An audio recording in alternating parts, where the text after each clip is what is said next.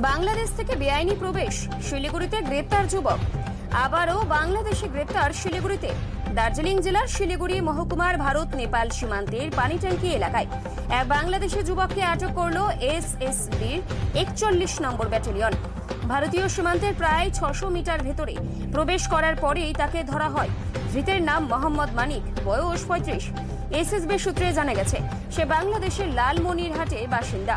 তার কাছ থেকে উদ্ধার হয়েছে একটি মোবাইল ফোন, দুটি সিম কার্ড, বাংলাদেশের ড্রাইভিং লাইসেন্স, নাগরিকত্বের নথি, ভারতের আধার কার্ড এবং নগদ প্রায় ৩৫০০ টাকা।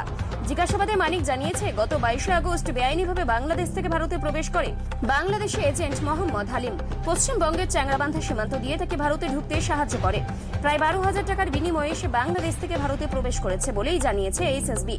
ভারতে এসে টেলারিং এর কাজ করার পরিকল্পনাই ছিল তার।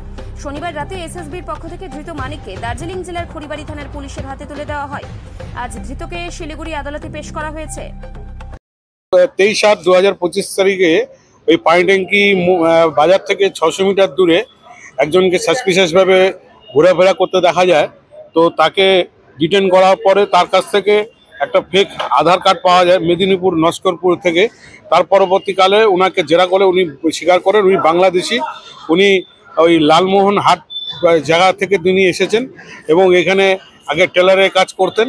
তারপরে তাকে অ্যারেস্ট করে এবং তার আধার কার্ড দেখা যায় চাল, তাকে অ্যারেস্ট করে আজকে 14 ফরেনার্স অ্যাক্টে তাকে প্রডিউস করা হয়েছে এবং তার জেল কাস্টাডি হবে।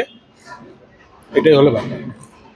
বিপজ্জনক, এটা অবশ্যই বিপজ্জনক। বারবার করে যে বাংলাদেশি এখানে ঢুকছে এটা আমাদের জন্য, এবং তার পরবর্তীকালে তার পরিচয় দেখা যায় তার অরিজিনাল নাম হচ্ছে এমডি হালিম, এবং সে এক বাংলাদেশে এবং চ্যাংরাবান্ধা দিয়ে এরিয়া দিয়ে ইন্দো বাংলা বর্ডার দিতে সে এখানে এসেছে এবং সে তার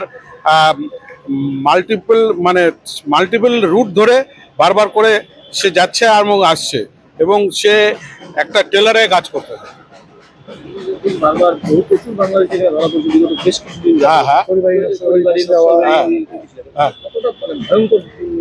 নিশ্চয়ই এটা আমাদের নিরাপত্তার জন্য খুবই বিপজ্জনক যে বারবার করে বাংলাদেশিরা এইভাবে ঢুকে যাচ্ছে। আমাদের বর্ডারগুলোতে আরও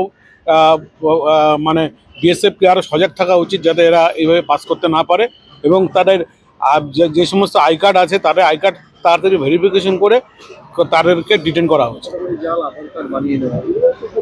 হ্যাঁ, নিশ্চয়ই এটা একটা পার্ট অফ দিস ক্রাইম। সতর্ক থাকা। নেপাল সুশান্ত নিয়োগী, সরকারি কৌশলী, এসএসএফ ছিল।